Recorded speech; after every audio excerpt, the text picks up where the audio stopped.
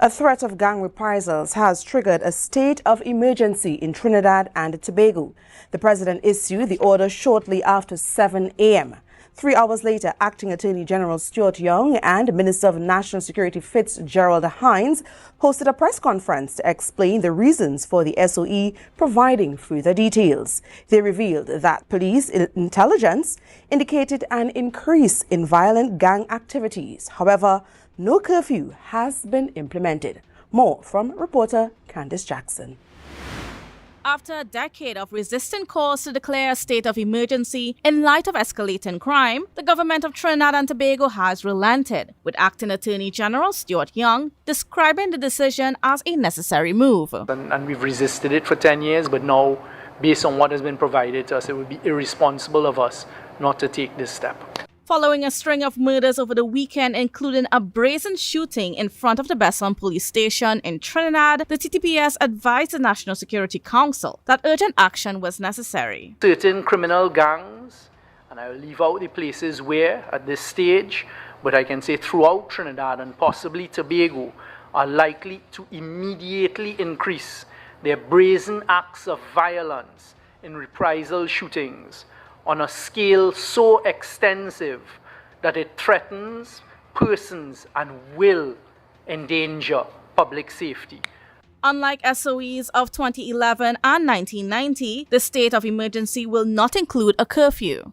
This state of emergency at this time will have no curfew. It will also not seek to affect public meetings, public gatherings, and public marches. Young stressed that the government does not intend to disrupt the national economy and all its activities should proceed as planned. However, citizens have been warned to prepare for inconveniences due to increased police operations and the suspension of certain constitutional rights. The power to stop and search by the police. They will be allowed to enter and search premises, to stop and search any vessel, vehicle or individual, whether in a public space or not. They will be able to arrest without a warrant any. A zero-tolerance policy will target individuals suspected of threatening public safety, carrying illegal firearms, and violating regulations. Suspects can be detained up to 48 hours, extendable by 7 days, with bail access suspended. National Security Minister Fitzgerald emphasized the necessity of these measures to address violent crime. This declaration of a public emergency is to confront the criminals and to allow law enforcement easier access than ordinary to them.